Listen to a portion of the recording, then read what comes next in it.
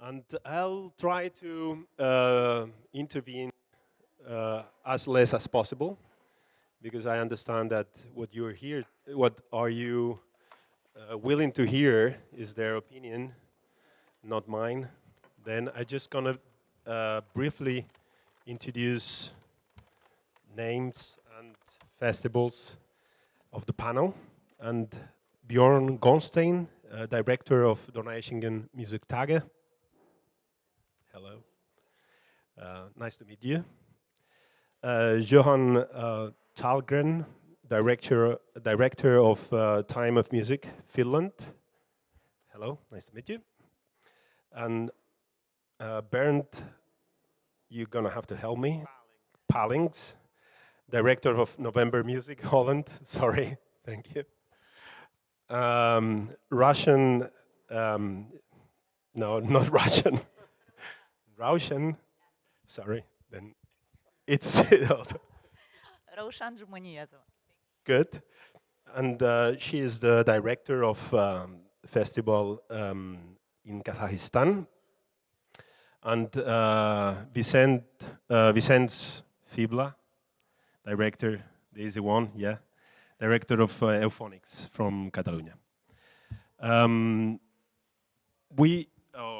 would like to start with just a brief introduction of your festivals. You could explain us which is the main goal of the festival and your work as a director of the festival, not only the technical issues of organizing, but mainly the how do you program, how do you decide which composers or ensembles going to take part of your festival?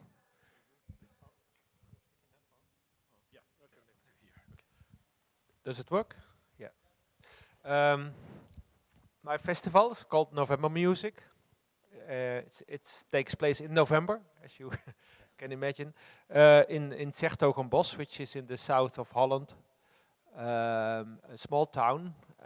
It's famous, especially I think everybody in Spain knows it, because it's the city of Hieronymus Bosch, El Bosco, as you call him, the painter, who was born in our city and lived there, which has nothing to do with the festival, but it's still, for our city, it's quite an important figure. We started 27 years ago now, in '93, as a festival of new music, and what is interesting, I think that the ideas where we started the festival with are in a way still the same, and perhaps this, when we live now in 2019, these ideas are quite common, I would say.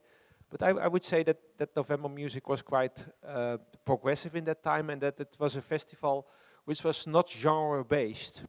So it was a festival what always is related to what makers of today, so the living makers, are doing. And that can be in the composed music, improvised music, electronic music, music theater. So it was never connected to one genre. And in '93 that was quite uncommon. I think now more festivals are, I would say, opening up. That's perhaps something we could talk about later. And of course it started very small, as a lot of the festivals in our field. I was not the director from the first time, but I'm a musician. I'm from the improvised music field. I was honored to have when I was 20, a great workshop by the great Evan Parker. So he's one of my big heroes. So I played myself at the first festival, and 5 years later, when I did a project with Butch Morris, a conduction project, which is about improvising and composing. Somebody asked me to take over the festival, and I was always a musician myself, so I started to be a director for a festival, and one of the things I always thought that I should do it better let's try to make the best circumstances for musicians and composers to present their work in a way. That's, I think, my task, and we could talk about it more later. But so the festival has grown. We're now 10 days, around 90 concerts. So we're one of the biggest in our field. From solo concerts to operas, we do the whole field. Around 10,000 visitors. And we still try to have the whole range of free improvisation, composing, electronic, and try to show the world what is going on. That's in a way our main goal. Thank you. Well, I got Time of Music about 2013. And at that stage, I had been I'm a composer and studied amongst other in Sibelius Academy in San Diego and New York at Columbia. And at that stage, I had got back into Finland, and I've been doing Musiktage Helsinki, which is a large festival in Helsinki, and advised Helsinki Festival for many years. And this was at a stage when Helsinki got a new concert hall, and the whole sort of infrastructure of music was changing in Helsinki. So when I was asked to start to do Time of Music, which was smaller, Time of Music is probably one of the most northern contemporary music festivals in Europe. And well, that from a Scandinavian point of view, that doesn't mean that it's very north, but you know, we know for a lot of Europeans, Hamburg is north. So from our point of view, it's really high up. So it's one of my first years as a student myself. I mean, Time of Music is in a small city of 6,000 people, 100 million mosquitoes during the summer, a lot of lakes, a lot of wood, a lot of saunas, and around 22 hours of sun each day during the festival. So it's a little bit of a peculiar place to do a contemporary music festival. The main point is that nothing is there and we have to get everything there. And this was related to the sort of like Finnish cultural politics in the 70s and 80s. Time of Music was established in 82, and classically from the point of view that there's a musician from a city where nothing is happening musically, and at that stage all those who played flutes and clarinets and so on did of course classical festivals, and this one was a accordionist. So there wasn't really options to do too much Bach and these things in that sense, so he had to come up with a contemporary music festival, and therefore it got going. And the second year they got John Cage over, which became a historical thing in Finnish music culture.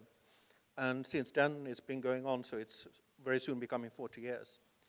And when I took the festival over, I thought that, well, after all these smaller, big complex festivals in Helsinki, would it be really nice to do a small festival? And then I started to think that it was really quite exciting because the Helsinki Musiktage had been in a transitional stage, and in fact I thought was really exciting about Time of Music, because I was there too as a student the first years, that in fact nobody for a long time hadn't really taken usage of the student teaching things. So now we have around 30-40 students each year.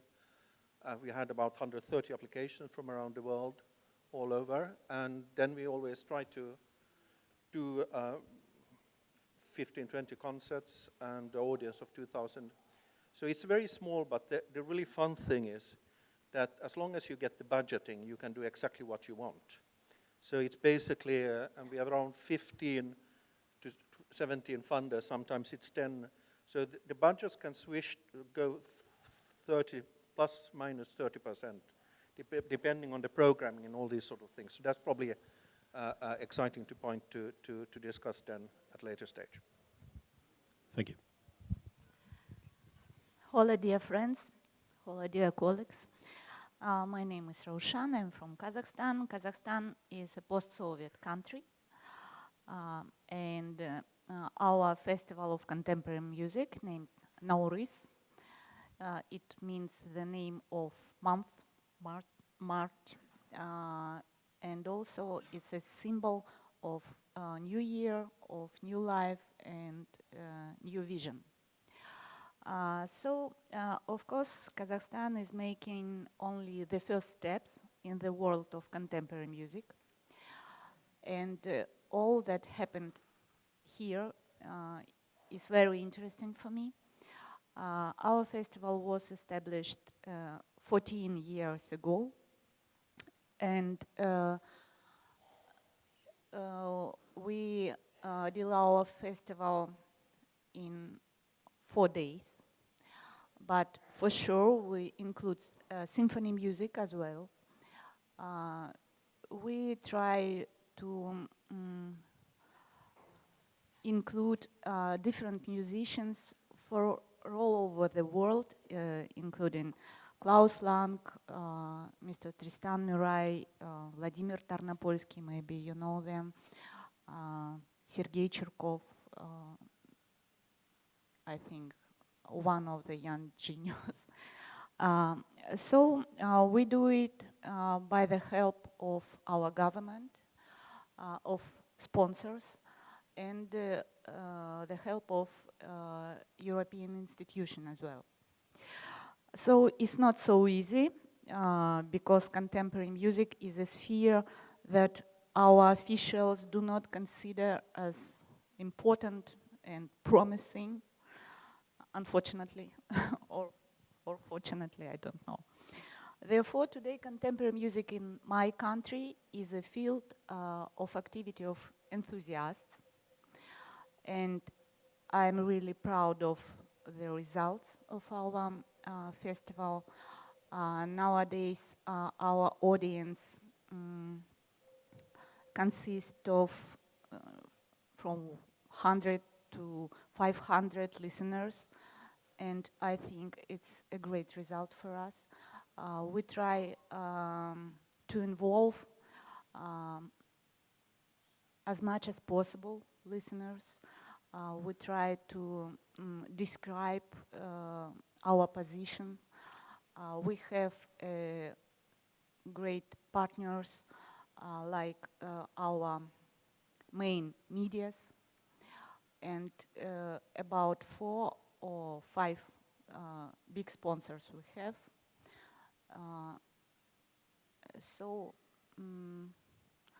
I will happy to see all of you in Kazakhstan. So thank you. Thanks. Yes, hi. I'm the artistic director of the Donaueschinger Musiktage. It's a very old festival. It was founded in 1921. It's in fact the oldest festival for contemporary music. It's also in a small place, 12,000 inhabitants, so twice as big as Viitasaari. And in the beginning, it was founded by a royal person, the Fürstenberg in Donaueschingen, and was programmed by a German composer, Paul Hindemith, who was very active in those early years in the 20s.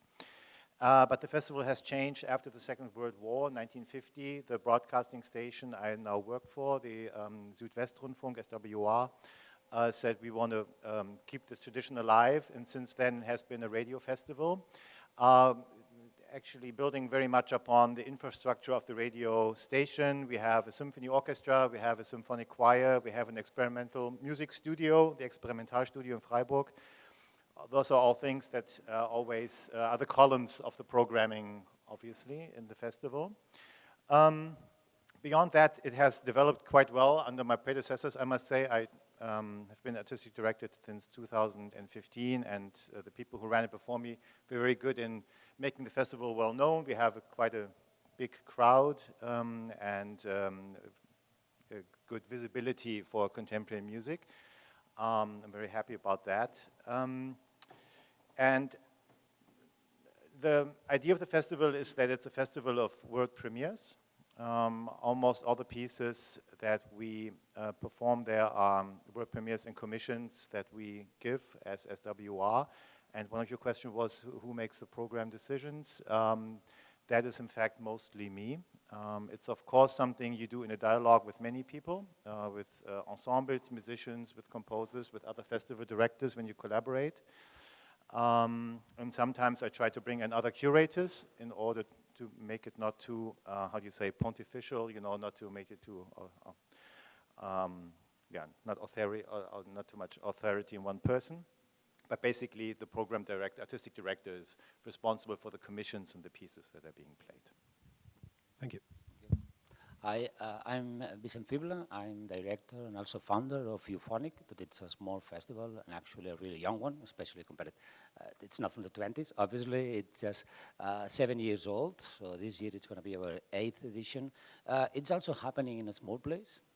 It looks like this something in common, but we are 2 hours from Barcelona south. It's like 200 kilometers, so sometimes that's nicer, and sometimes it makes everything really complicated because we are not in Barcelona. So people of the audience, it likes the idea of being there because it's not also about the festival, but also about the area. So it's a natural area. It's a delta of a river.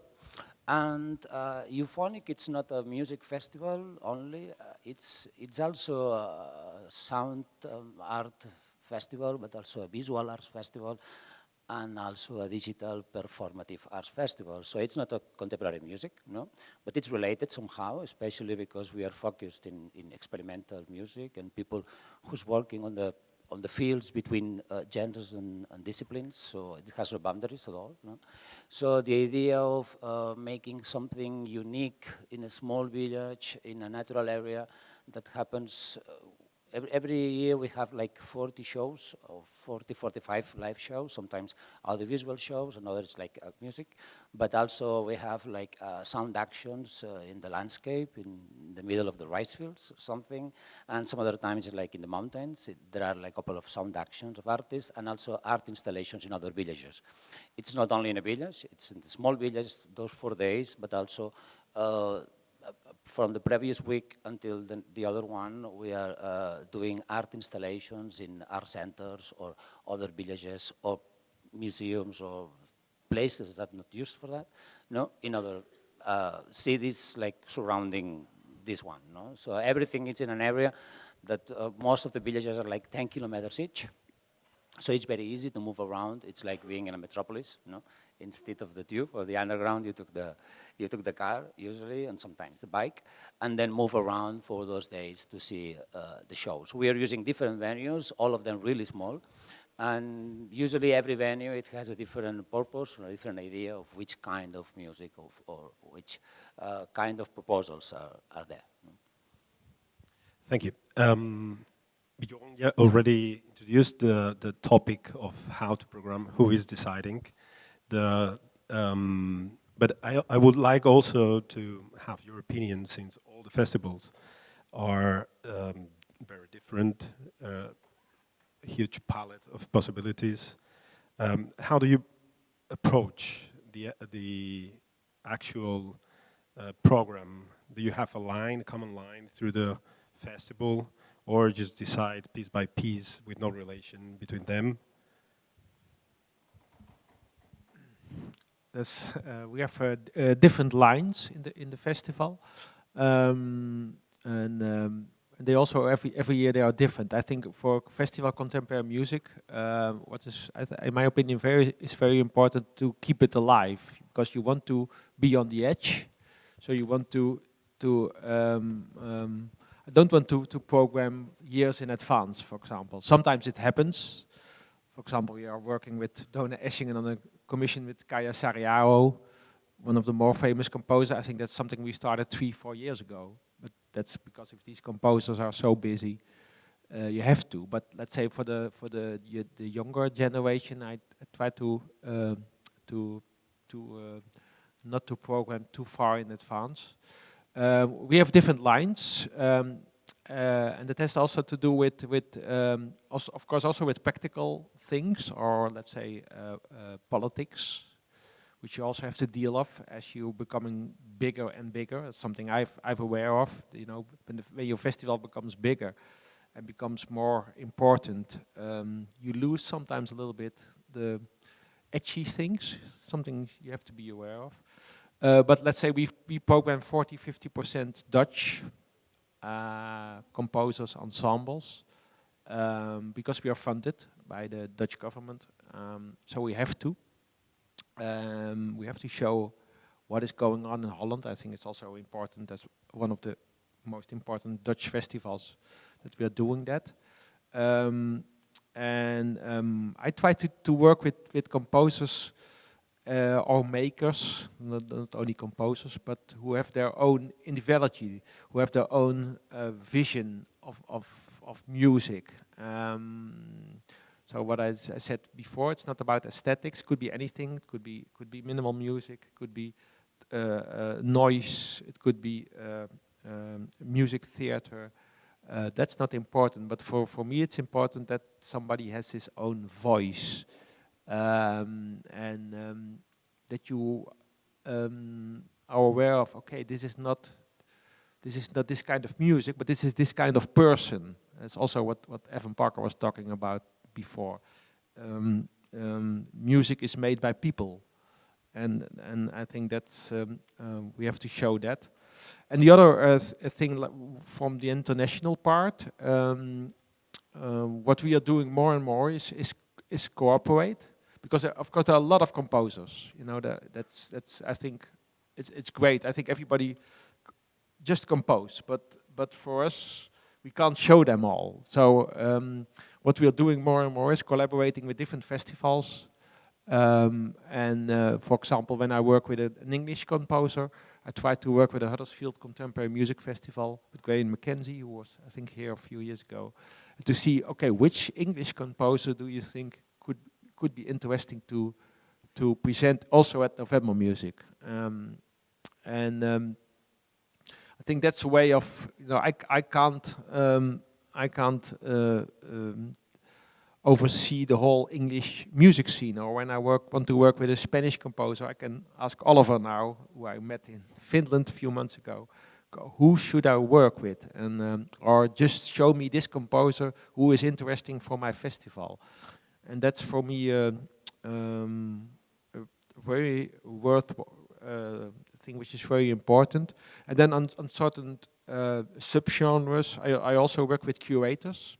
For example, for the jazz, I come from the jazz, but I'm not so into, let's say, what is happening in the jazz at this moment. So my colleague, one of my colleagues is doing more the jazz field. This is also the weekend of Jazz Ahead, which is a very famous jazz. The whole jazz scene is now in Bremen, so he's there, and I'm here. And we also have a curator for sound installations, which is also a very specific topic. Who is Italian even, but he lives in Holland. So he's checking what is happening, what's going on in the world of sound art. And then I think one of my tasks is to make it a coherent festival. And it's very difficult to say how you do it. You know, it's even after 20 years I'm doing it. It's something, yeah. It's not that it's kind of say this is how we're doing it, but I try to have a within these 10 days to have a kind of development of presenting new things, presenting things which are for a bigger audience, who are for a smaller audience. I try to make nice evenings where I think people could be interested to see different things on one evening, where there is a kind of things which are fit together, or where there's a kind of tension in the program, which is also interesting. And what we are doing is not that we also present sometimes 2 or 3 concerts at the same time, and it's very, very funny to see that the audience makes not perhaps the choice which you think they would make. So, you know, they go to a jazz concert and afterwards they go to something electronic music. Or the other way around. So we try to. I tried to be a kind of guide, you could say, to guide the audience to the program. And so in the program there were a lot of different ideas, but even you don't see, I think a lot of people don't see them or don't get them. And for me, that's not so important that they get all of it. And of course, there are a lot of practical things which you have to take care of. As we all know, it's about budgets, it's about are people available, it's about venues, it's about setting up things. That is something I learned in the 20 years. It's still every year. It's a lot of discussions, and when you try to make the best circumstances, you have to take care of a lot of different things. And one of my things is it's also because I'm a musician myself, or I was not playing so much anymore. I try to be involved in the production progress as long as possible.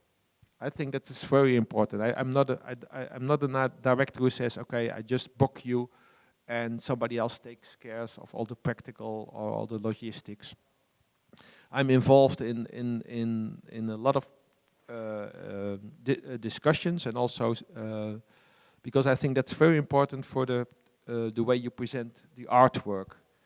We all, as November Music, we talk something not about composition, but about the artwork. It's a kind of work of art you present, and you should do it in the best way as possible, of course. And that's something we are very keen of. And so that's why when I go to other festivals, like I visit most of the festivals, not Vitasari yet because I hate mosquitoes, but always looking how people are doing it. How does the program look? Book look? How's the because I think for contemporary music, it's not only the work itself, but everything which is around. It's very important to open up. I think we have to open up as contemporary music festivals. We're too in the past we were too closed, and I think everybody is dealing with this to keep the identity as a festival, but also to make the people aware of how great all this music is. And perhaps not every piece is as great as Stravinsky or Ligeti or Evan Parker or so, but that's not so important. We have to show that what is the music of today. Something like that. Yeah, that's quite interesting, actually. Especially, in my opinion, what you just said about being preserving the essence of your festival, and at the same time trying to get to more audience, not just doing things to get the audience, but what to do to get the audience to what you think is interesting. And I think that's something that we could develop. How do you do that? Yeah, I think the mistake some organizers do is do it the other way around. Of course, for us the audience is very important, but it's not representing music for the audience. We present the music, and we are sure there's an audience for it. And I think when you're not sure, you shouldn't organize anything. That just stay home and listen to music.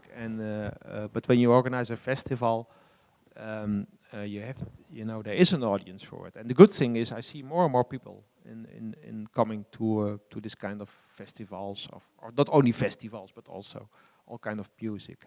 People are very open. It's a kind of, but still, it could be, of course, could be more and more. Thank you. Curatorship is getting more complex all the time, and somebody has to do the decisions, of course. So, but I mean, doing a festival, one of the main characteristics is that everything will go all the time wrong. I mean, in the sense that if you are succeeding with your dreaming up, let's say 70% of what you're planning, you should be very happy. You never get 100%.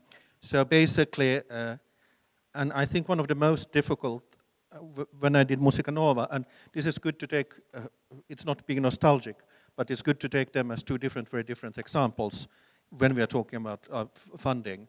In Musiktage, there was 5-6 arrangers like Helsinki Philharmonic, the Sibelius Academy, the Finnish National Opera, and so on.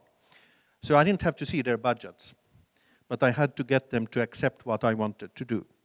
So in that sense, the budget was something totally different than what we saw. Then I had to do separate fundraising. So it was in fact very much about diplomatics. So, and a good example of that, when we did once a festival about German music, and when I realized that hasn't been too much. So it was, my joke was that, well, Finland is known for the happy country where there's most people who kill themselves. And we are doing about the German culture. So we did Für einen jungen Dichter, for a young poet. So I curated the whole program intertextually in relation to Zimmermann's Requiem, which is for all the dead poets and so on. And then finally, when I started to get everything in place, it became obvious that Helsinki Philharmonic couldn't do the Zimmermann Requiem. So the whole festival was set up around the piece that fall apart, and I had to come up with a different concert for that part. And this is one of the sort of usual situations what happens for a festival director. I didn't have to see the festival budget for that, so I was very happy, and we didn't really get in for that. But now when I'm doing Time of Music, we have 15 to 30 applications and different EU networks and so on. So everything what I can do depends on how I get the funding together. So for example, suddenly, when we're in a year when Kaija Saria, who I studied with, is coming over, and we are doing a lot of her things, I can't get an international funding because I'm not doing so much foreign music. So surprisingly, my budget will be very much less.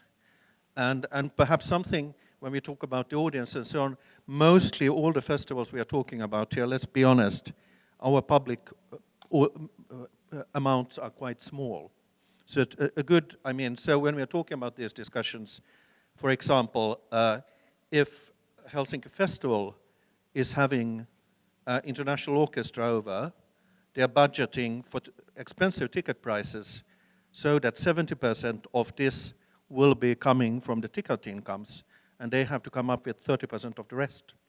If we are having a big Ensemble Modern or something like that residence in Viitasaari, the ticket income of that will be mostly 5%. And the rest of this I will get by funding elsewhere. So when we are talking about this, just like funding is easy, just as example, this is the structure, if we are talking about contemporary music, that we're dealing. Very often we are considered being elitist. That's a different discussion, let's not get there.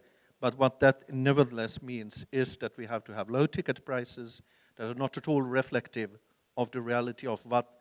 So basically we are doing something. So the risk for miscalculation economically is quite small. Basically because you have to get the funding in, and after that it's not, but in fact, and this all links to curatorship.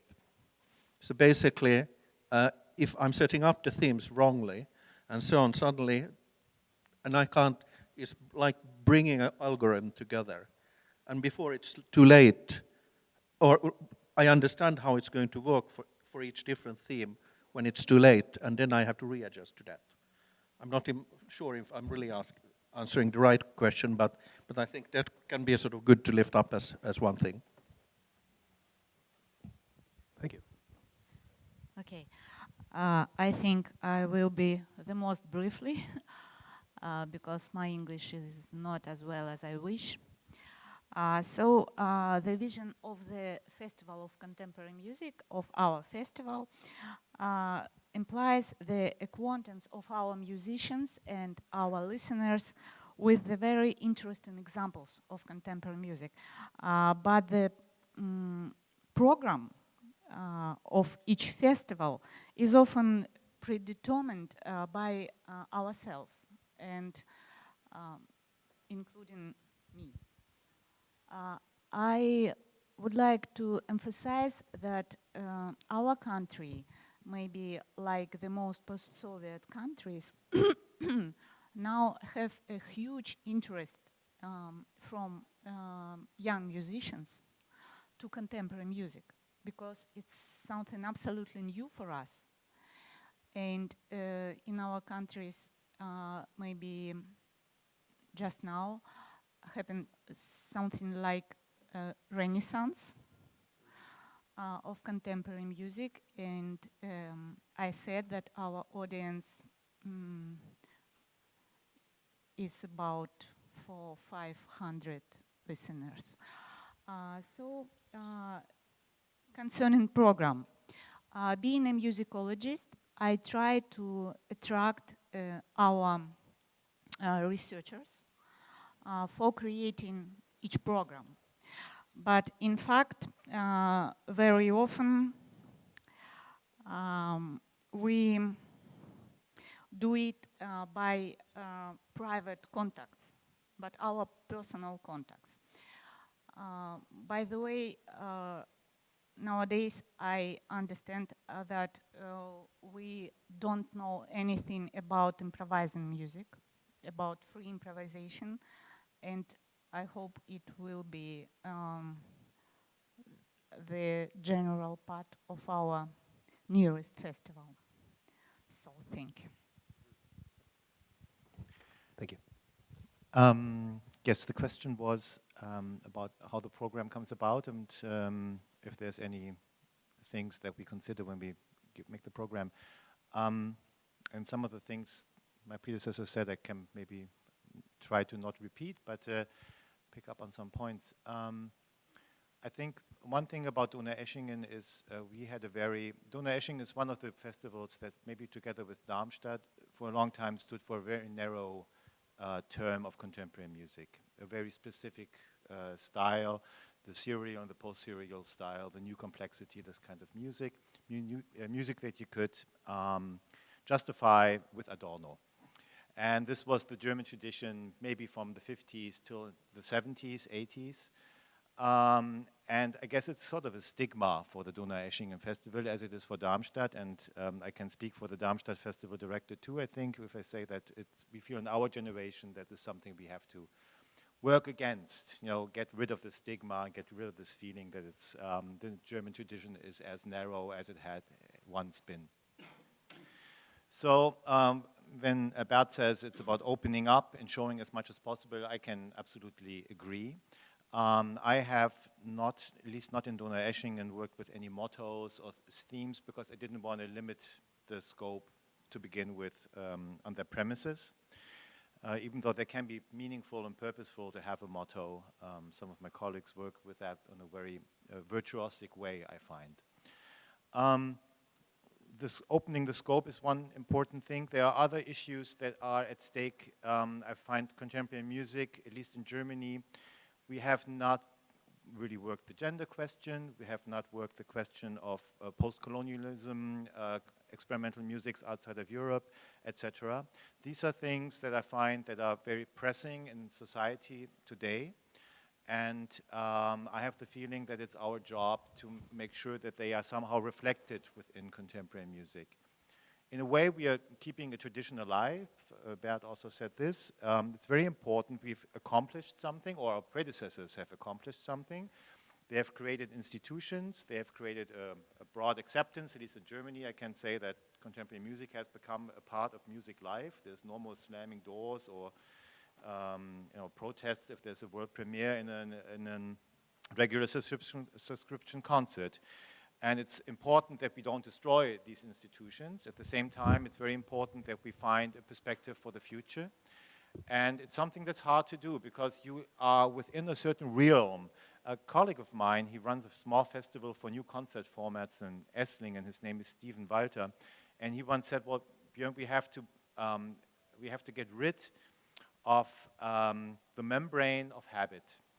And for me, that has become one very important metaphor for what's actually keeping me from doing things that are not the nearest thing to do, because the membrane of habit is keeping you all the time from seeing beyond it. It's just there around you. You meet with people you understand well, you speak the same language, you have the same social background, etc.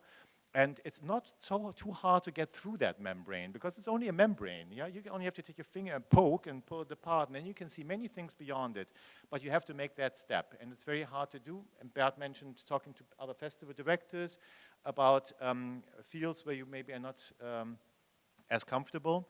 It's important, I think, that we kind of get rid of habits and try to find new ways. But this is something we have to work on.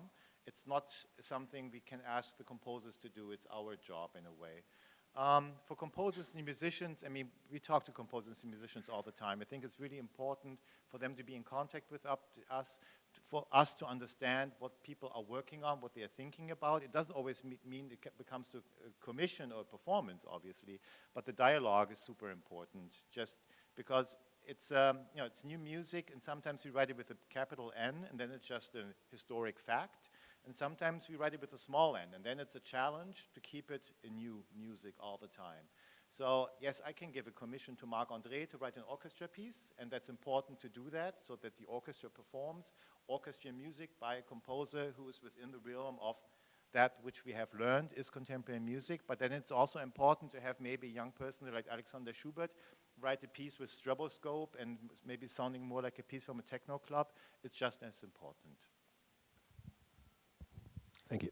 I think the question was also about program, no? Because Yeah, at some time we the were approach talking, to programming. yeah, we were talking about the funding and that.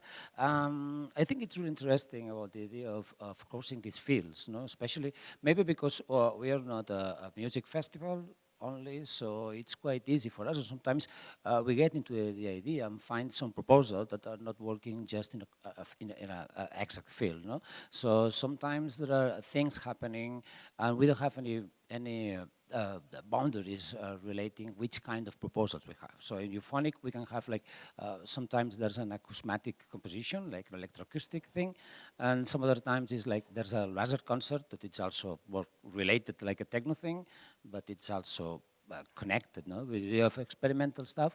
And then there's also an open call for creative residents, people who comes to work in the Delta area and then present their work in the festival. So it's like there are different lines at the same time, and everything is happening at the same time. Sometimes it's more difficult, maybe, for the audience to understand which kind of things are you proposing to them. No, but I think it's really exciting. Bert was saying the idea of we need all the festivals, the contemporary music festival needs to open up.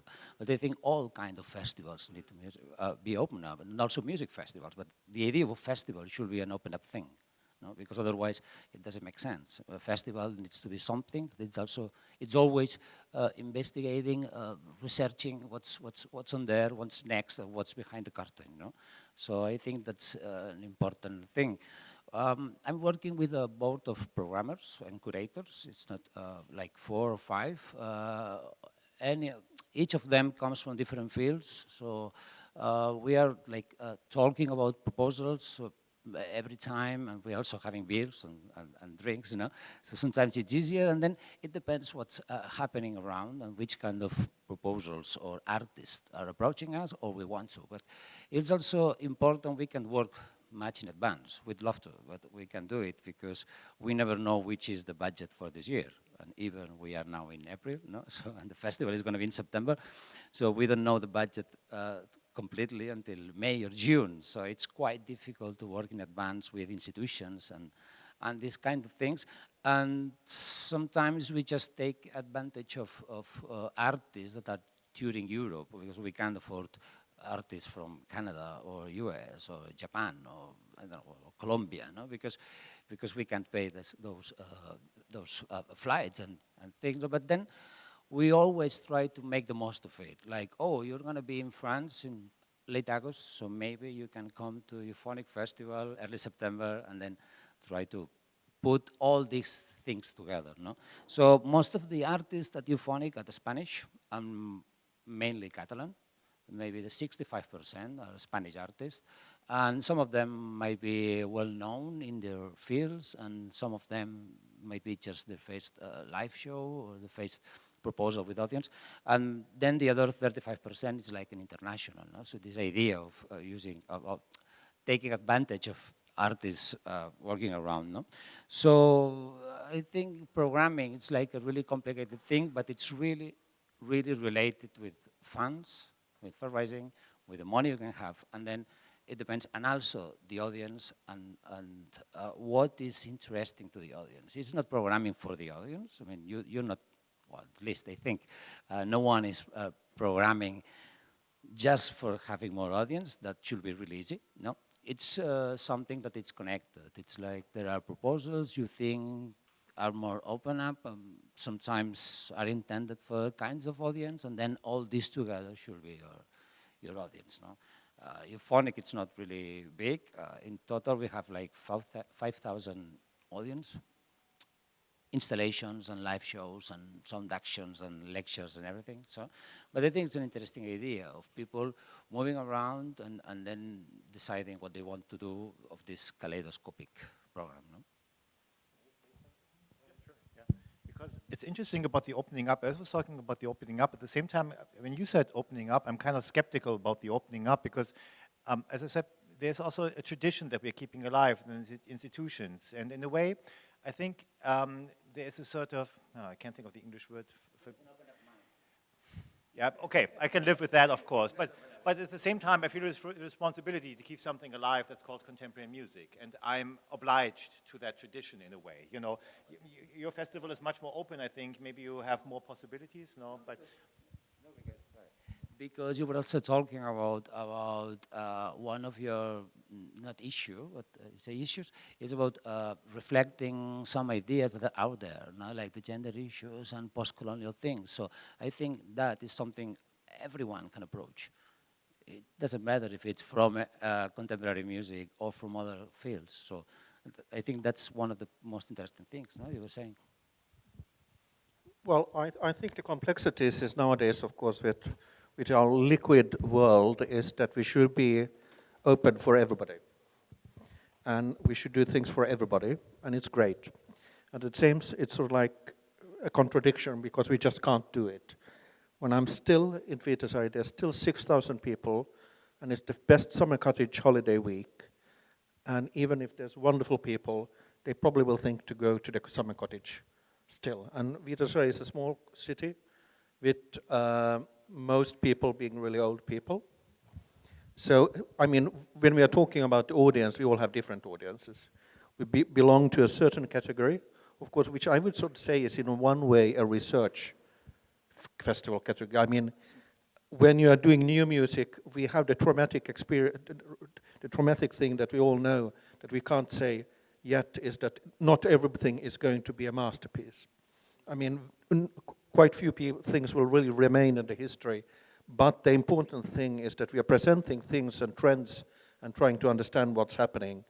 And so we have to curate and put things next to each other in a quite different way. I mean, when you are curating a festival whose main function is that all pieces will be premieres, you really can't know what's going to come 100%. You will know quite well what will come, probably. But equally, so you want to surprise, but you want not to have too many surprises, and in one way, and for example, when I'm now doing so that we have a very, when people come to Viitasaari, they're usually really surprised about the audience body because it doesn't look like a contemporary music should. So you have happy people from Viitasaari who are in their 70s. And then you have a bunch of students from all over the world. And then you have summer cottage people who from elsewhere in Finland. So it basically is, topographically, it doesn't look like a contemporary music festival at all. Because, you know, if you have a contemporary music festival with a lot of technology, then you have mostly young 25-year-old male people in the audience who are really excited and they want to change the world. And if you go to a classical music concert, so like there's not going to be too many males, and so I mean these switch enormously, and we need to be so. How to find new audience is really quite a challenge, but you need to know your audience to start.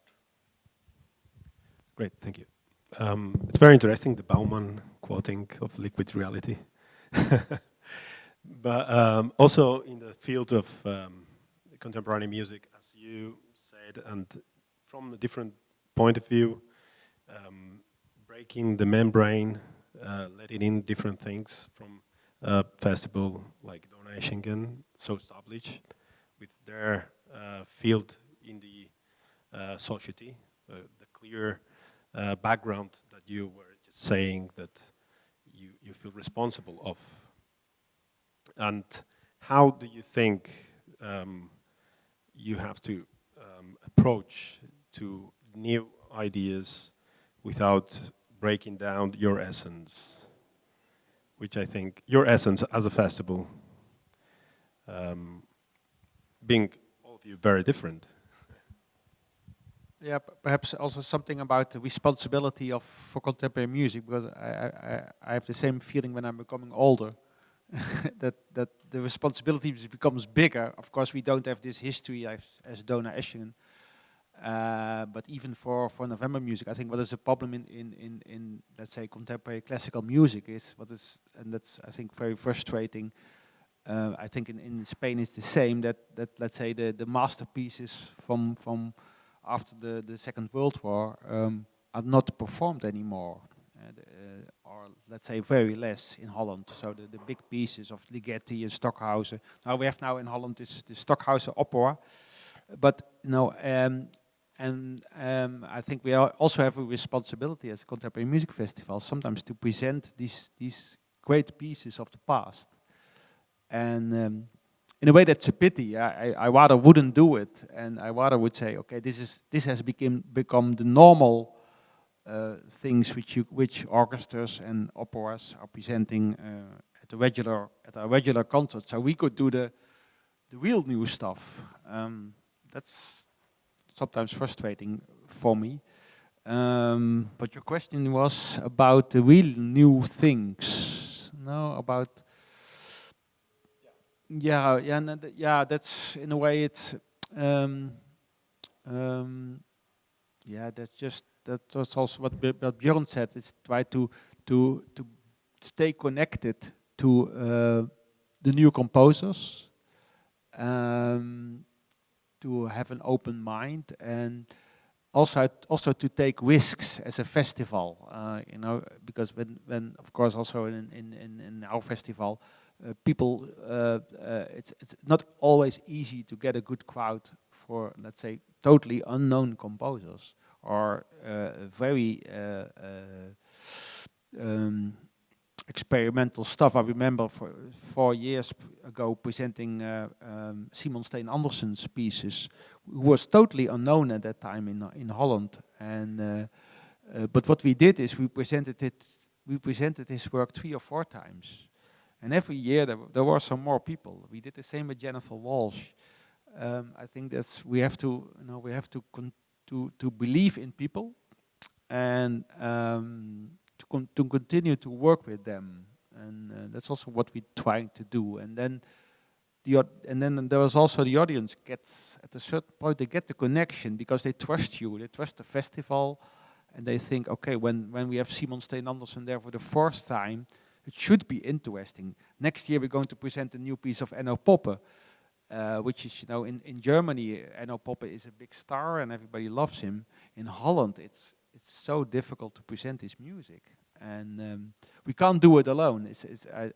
I always say it would have been great when these people are presented throughout the whole year in different concerts in Holland. Then it would be much easier also for us. To present this kind of music. Last year we had the same with Rebecca Saunders, and it's also an interesting thing why people are so famous in the one country, and the other country which we are just neighbors. They're quite unknown even, and I don't know why that is, but that's something we are working on. But I for me what I would like to do the most, in my personal view, is just to present really only the real new things, what is going on. And but I feel also this connection to history, and not only in the composed music. This year, Evan will play at November Music with Matt White, and it's also good also from the improv to show the people also who are the great players of the improvised music or the jazz, and I'll always try to connect it to the music of today. I think that's my.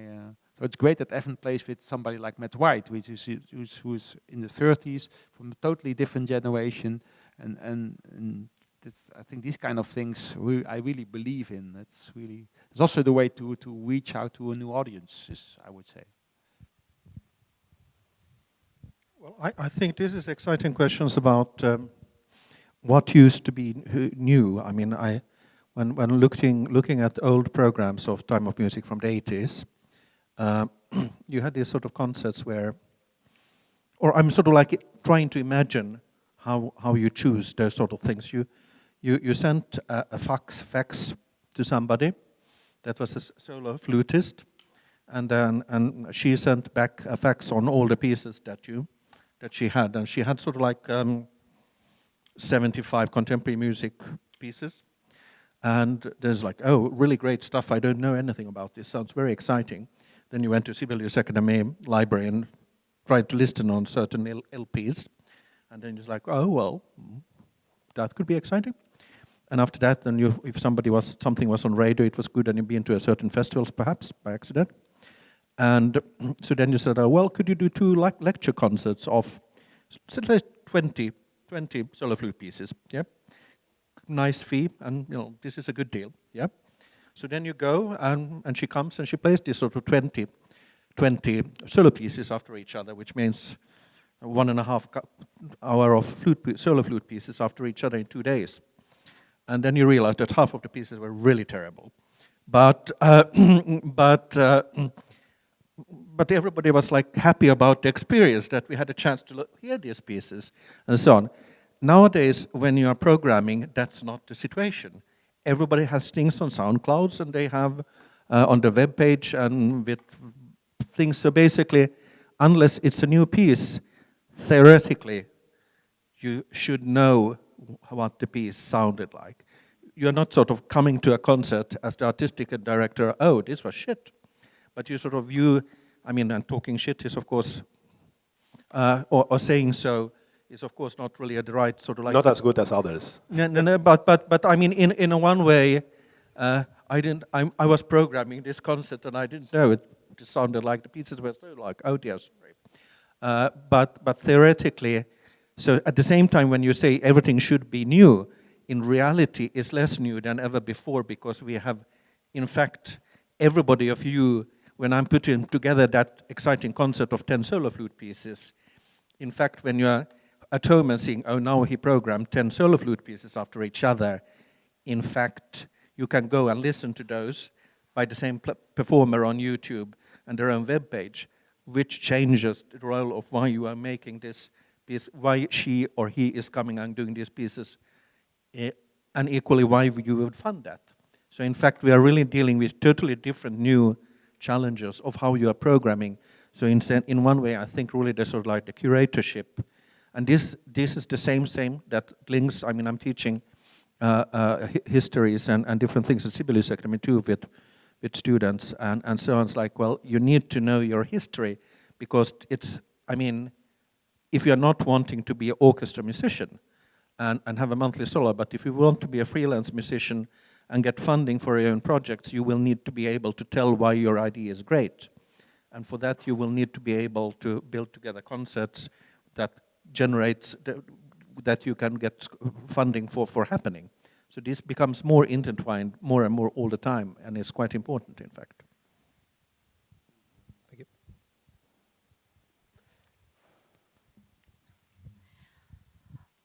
Speaking about new things, well, the idea was about new repertoire, not exactly about new things as a whole, but how to integrate new ideas into already established tradition, from the point of view of the festival. Okay, maybe it will be sounds selfishly, but I think that the very important mission of our festival tried to develop our Kazakh contemporary music. And when we invited the world-known composers and musicians, each festival include premieres of our Kazakh composers. It's very important because it's only our first steps in this world. So the second important thing is communications with media, with audience, with composers and scientists. I can share particular example. Nowadays we're preparing for premiere a new contemporary opera, absolutely new, and understanding the perceptual difficulties that may arise before our audience. During the month before premiere, a series of drama cycles was organized. This is something like free meetings with composer, with conductor, with director, etc. These meetings are held in a very free format. And the price for tickets to such meetings each determines by itself. Someone put €2, someone 50, it doesn't matter. The most important thing that the public have an additional opportunity to prepare for the new ideas, to prepare for new opera in this example. So I'm sure that communicating and different types of communicating is the most important things to как сказать, one moment, to introduce new ideas and new pieces and new music in general.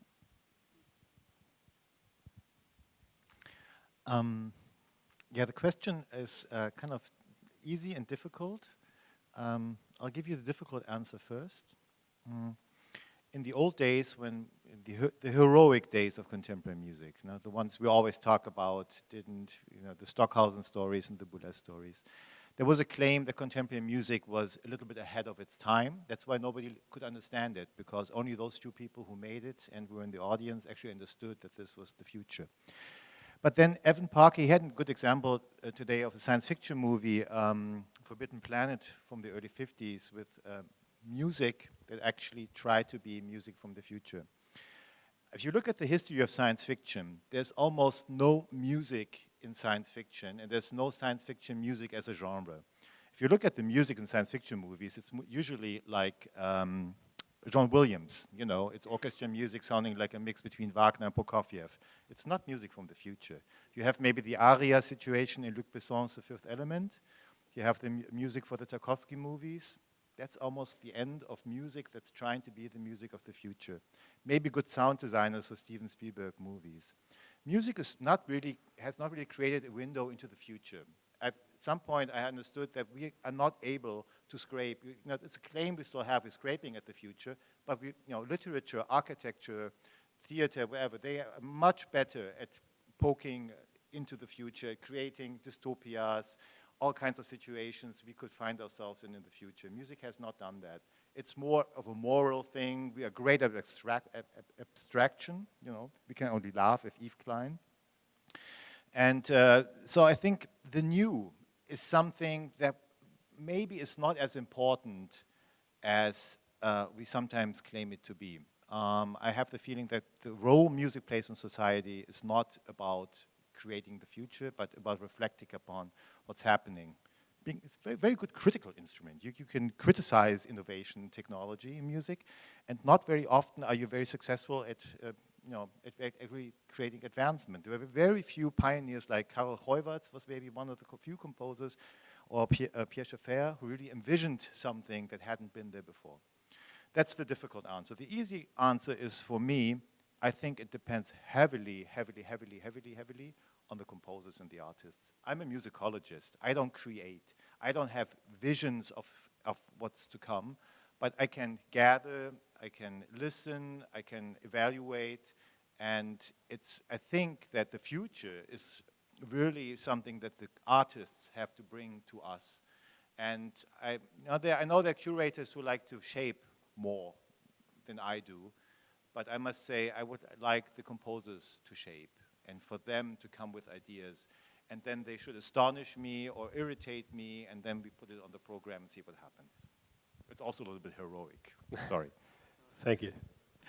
And also this idea where you was asking about the idea of how to integrate new ideas. No, but I think the important word is it's not new, it's interesting otherwise. And sometimes most of these interesting things that are new for you, for your festival, for your surrounding, no, or the context, but some of the times they are new and that doesn't mean to be, they need to be interesting. No? For us in the festival, we are floating with new ideas. I mean, we can't do all of them, obviously, and all of them, not all of them can be something that we can do in the near future, but there are always new ideas. How to integrate them, it depends. No? Every year we try to do new things, but not because they are new, just because they are interesting. No? So we started last year with a new program inside the festival just for teenagers and young people, and not a child, but this age between 14 and 18, that it's quite complicated. So relating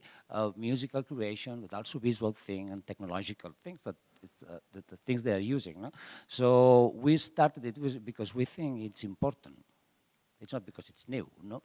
It's important because at some point it's our job, no. So we are organizing festivals and things, so we need to be careful of which things are we doing, which new things, and which is the audience in the future. So we never need to stop thinking about new things, no. How to integrate this on your festival? So then it depends, which is the format of the festival, which is the kind of things you have. So I think it's something that it's really important, no? So I guess all the festivals, also relating of the open mind thing, no? An open mind thing is that there are interesting ideas and you don't have to close on your small world, but you have to see outside and see what's happening if you're trying to mix these things with other audiences, with other people, with other composers, with other genders, disciplines, sorry, no? So then see what's happening. So I guess that for us, working with new ideas is something we are trying to do usually, you know.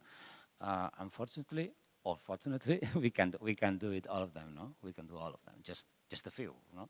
But we are trying to do new things every time because otherwise it will be quite boring for us. Thank you. And Oliver asked me to leave 10 minutes before ending for questions from the audience. And I had other questions, but there are 10 minutes left. Then. Yeah, just a short question. I'm a fanatic of contemporary music and I'm a composer as well. But I cannot travel to all your countries, maybe because I'm busy. Have you considered going global and then offer videos of your concerts? I would love to pay to watch something from your events. But why don't do that? First of all, we're very good at videos online. For the past couple of years, everything, we film as much as we can. It's online permanently. You can watch it. Can I say, make a compliment maybe to Oliver and Oriol? You have this festival here. You are being shown what's happening in contemporary music in such a brave and great and informed manner. You know, we have many festivals, and it's good that we have so many because you can travel everywhere, so you can come to Mixtur festival and see what's happening, and you can even go to Astana and see what's happening. I think that's fantastic. And every festival is different, but they're still overlapping, so it's maybe not so important. You see everything that happens in every festival in the world. That's my point.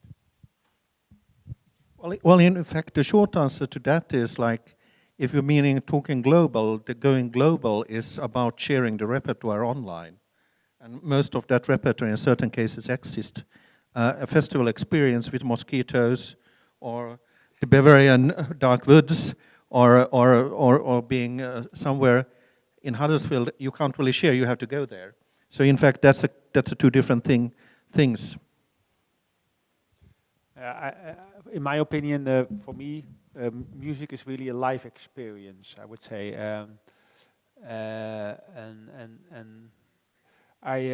we had John Zorn the last 2 years at the festival, and it was great because John Zorn, as you perhaps know, never wants any recording. And what he said was, I was in New York. I don't know if you ever visit his club. He has a new one, but it was the old one. I think we were with 40 people. I think 60 people could get in, and he said, this concert, don't record the concert. This concert is especially for you. And even somebody like John Zorn, he doesn't care if there are 10 people or if there are 10,000 people. It's with him, and I think that's the same what Evan is also talking about. It's about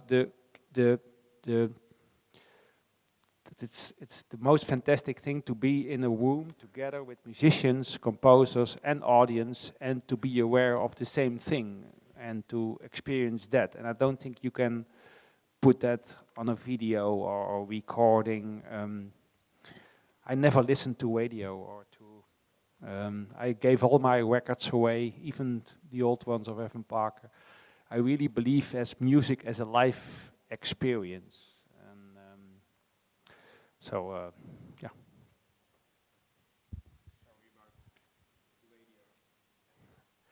Somebody else? Any other question? Just a question about the music of the future and this kind of topic of new ideas and bringing new things together in a festival. Isn't the problem also about what we define as music now and how it relates to the tradition? I remember an article, I don't remember who it was, but who was suggesting to leave to separate clearly between new music and contemporary classical music. I think it was Michael Reban, maybe, yeah.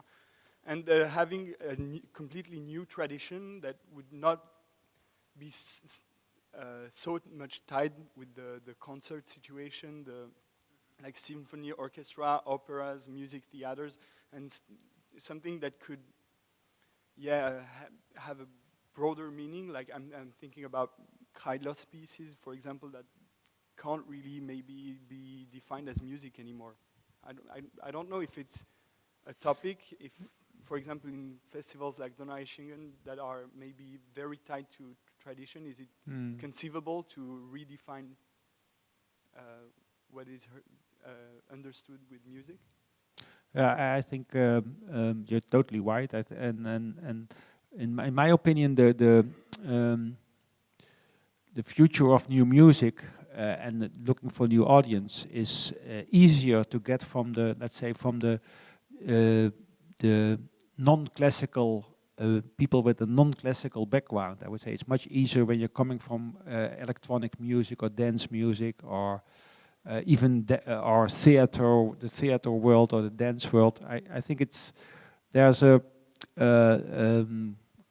so from these kind of people are much easier to connect to what is going on in contemporary music than from the traditional classical music. And I think we have a big conference in Holland every year, which is called Classical Next.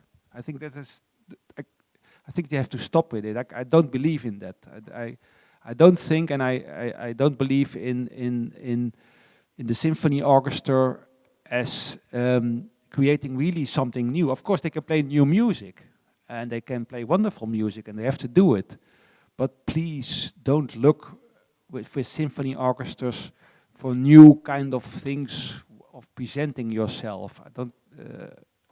To be honest, I think we could use that money in much more interesting things, and that's I think still one of my frustrating things in Holland. That has to do also with budgets.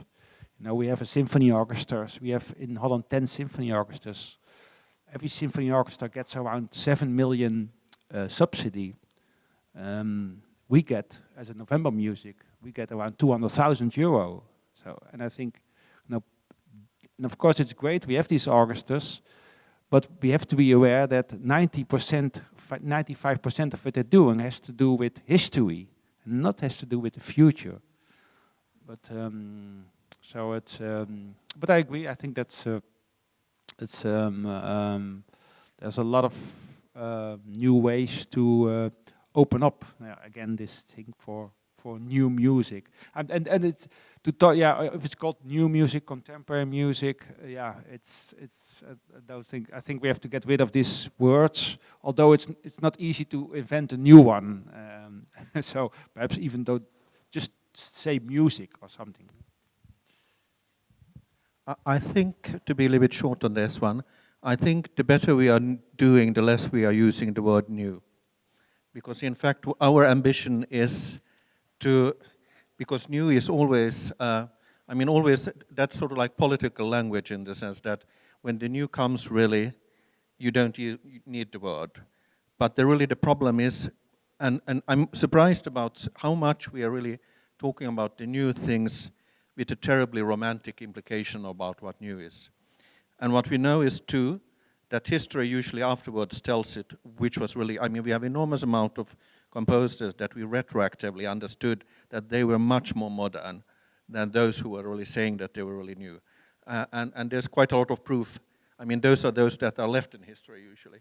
So in that sense, when we are at the moment, we are really dealing with, in the middle of the needle's eye, we can't really see what is going to happen. So we should just keep going.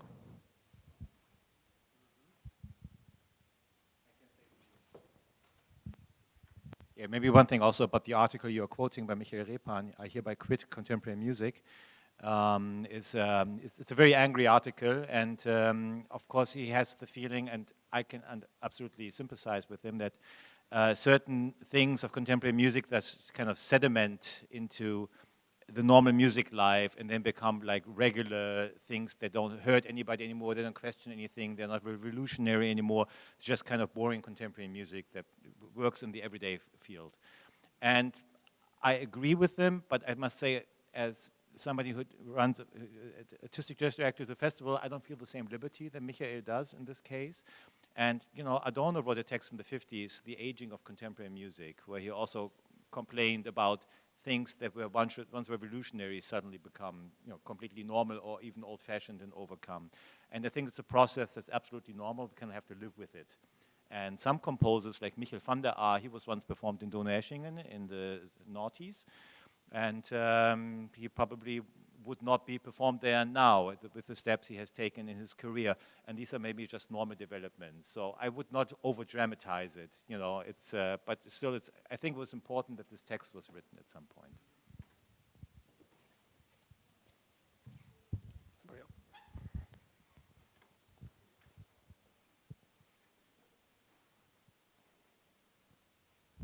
Oh, the microphone, cool.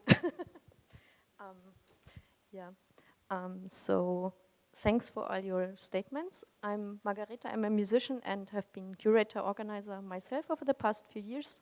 And I think I want to drop one bomb, or let's say I want to drop two bombs actually, because I want to take on 2 points that I think are important and are very concrete.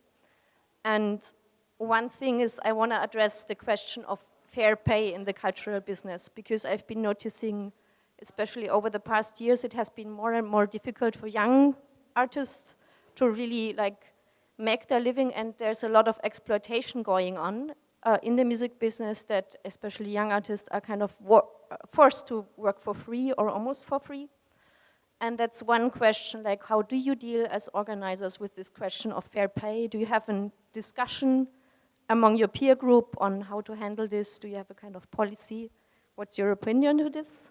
And then second point, you have been talking about how to integrate new tendencies like post-colonialism and the gender aspect and so on. And I want to be the nasty feminist and just ask, what concrete measures and steps are you actually taking to not only fulfill a quote, because we all know that getting public money means that you have to fulfill a certain quote and certain criteria that are very normatized, but then what do you actually do to really make a change in the scene and make maybe also change happen in the audience and also in the artist discourse in general? I don't know if maybe some of you would like to answer just one point, but I think that's two things we still should talk about. I try to have a level between what is minimum and maximum to make it not too big, let's say. But you can imagine that John Zorn gets more money than an unknown composer, but he sells also more tickets, and you get also easier funding for him. So it's a kind of complex situation. But the thing of the payment is now very hot in Holland. But it of course has to do also with subsidies. And the other thing about the gender discussions and so, it's in a way quite easy in Holland at this moment, or not in Holland, I think in contemporary music, because we have so many interesting, at least female composers. I would say the most interesting at this moment, a lot of them are female.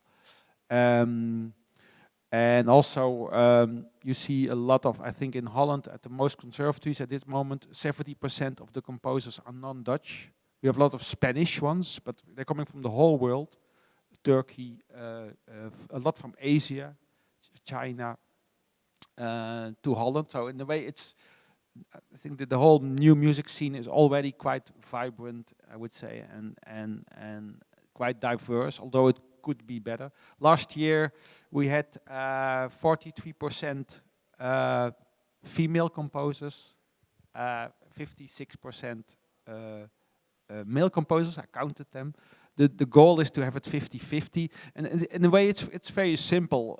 The way I work, I just look at every program to see, is there a kind of mix between old, new, male, female, coming from different backgrounds. I think that's something I can do as an artistic director to at least to have the discussion, because I notice also with ensembles, sometimes they even don't notice that all the composers they propose are male or are male 50 years old, and but when you go into the discussion with them, don't you know an interesting young female composer, then they come up with some interesting great names. So I think that's the thing I could do, and it's the same with the performers. But I don't know how my colleagues think about it, but I think it's at this moment we have a lot of female, non-Western based or educated composers and performers at this moment. So it's I for that I believe in the future. And you're right. You also can see it in the audience. It's very simple. When you program them more, you get more back from the audience. It's in that way it's quite simple. Well, I think we are at a moment where we are talking very much percentages, and we've been in, and that's the easiest way really to deal with the questions. But I've been reading quite a lot of literature and on these sort of things, and now of course sitting very much. We are part of Ulysses Network, which deals with young composers and young musicians. And we are of course discussing very much these sort of things. The very exciting thing is that the discussion is very much a sort of like all-over discussion. And because it's so all over, there's a lot of details and the different segments that are not really discussed. If you first of all talk, if we are talking about fair pay, about composers and female composers and male composers, I never had a discussion where anybody would have asked about how the composers are paid, female or male. What I'm saying, because that's usually one of the central discussions about equality is equal pay, in one way. But for example, of course, I see the applications at time of music, depending. Now, last year we had Haya Chernovin, now we had Kaya Saria teaching, and I see, of course, that there was a bigger amount of females applying for the course than. But on the same time, I was surprised about, in fact, it being less than. And when I'm sitting at Sibelius Academy's admissions, for example, I could say that during the 90s, when I studied myself, and we had composers like Lotta Vennekoski and other ones, Johan Katrobievich, in relation to how many applied and how many, and nowadays there's more applicants and so on. And in fact, I see less female composers applying, which I'm quite surprised about. So when you see, theoretically I'm sort of saying here statistic that are not public in one way, but when I'm seeing these sort of things, I see that it's not only a discussion about equality and fair pay, but it's about existing societal changes, about the role of composers, about, if you look in music, the more it's a freelance profession, the less there will be females participating. The more it's a secure monthly job, there will be. So these are extremely much more complex. Then if you talk about the payment situation in contemporary music, in relation to the classical music, where contemporary music is a field where we really can't get ticket incomes. So basically, the payments are always like what you can pay, and there we try to stick, and there we don't make a change very much on these sort of things. We are not talking about when are you discussing Anne-Sophie Mutter, or you're discussing and then it's 50 or 70,000 and so on. When we are talking in this field about contemporary music, it's about can we get the budgets together so that we can make it happen, mostly. So it's a quite fair pay discussion, in fact. We are outside this. When you go to the classical field, the opera and so on, where there possibly of ticket incomes, it's a different discussion. At least the second bomb you threw, because one can say this publicly, yeah, these are important discussions, but actually one has to be measured by the results one can show. And I think figures are very important because, especially with the gender issue, for me, that's the only thing that really counts. And I've been approached, I would even say attacked by people that say, you can change it tomorrow and it should be 50-50. I must say I haven't accomplished that, and for me it has not worked out that way. I don't want to discuss it here, it's a different discussion. My predecessor had a rule, I don't know it, but looking at the programs, he had 1 woman composer per year. I count every year, I count how many, it's always about a third. That's where I am at the moment. Yeah, I know that other people are not happy with that. There's a group in Germany called GRINM, Gender Research in New Music. They are very active about getting a 50-50 quota. They are counting programs all over the world, all over the century, and they're very rigid about it. It's good that they're doing this research. I feel that there's work to be done, but this is my that's where I'm standing at the moment. The other part, decolonizing contemporary music, is super hard. It's much harder than the visual arts because it's a field that is very much based on institutions, academics, etc., etc. And this also had to do with the membrane of habit, you know, and not knowing. You know, why am I not inviting composers from Cambodia? Because I don't know any composers from Cambodia. Who may know composers? So we actually have a research project now for 2021 in Donaueschingen. It's called Donaueschingen Global. There are 4 researchers. They're traveling Southeast Asia, Middle East, Maghreb, Sub-Saharan Africa, and South America, and trying to discover forms of music and musicians who make music that we can consider experimental. They don't have to be notated contemporary music. And there will be 4 concerts with this kind of music in 2021. That's one strategy I developed in order to at least do something, even though that's not going to change the world, obviously. But it's one attempt to open up.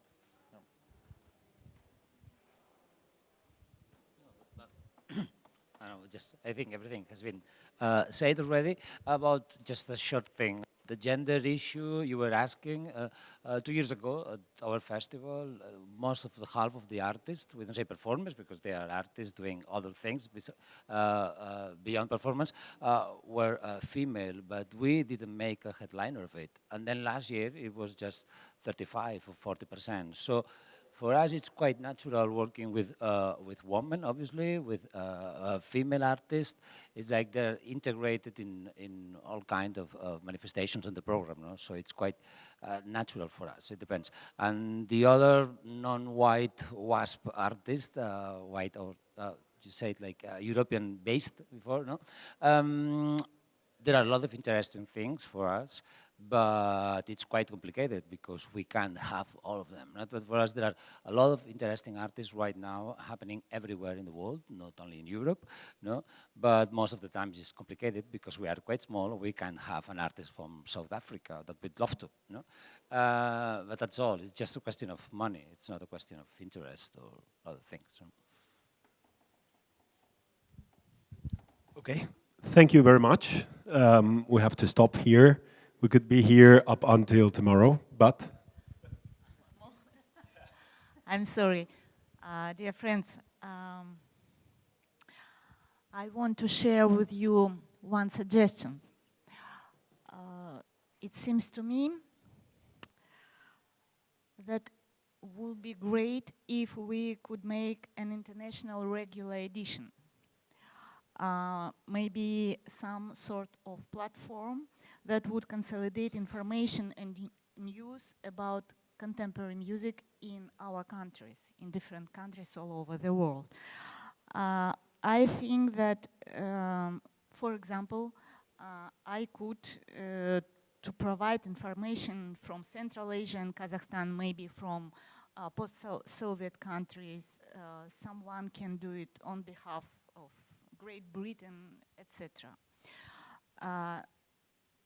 Dear colleagues, dear Oliver, I don't know, but maybe we can do it in nearest future.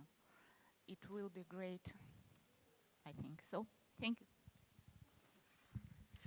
Well, thank you. Thanks. Have been a pleasure.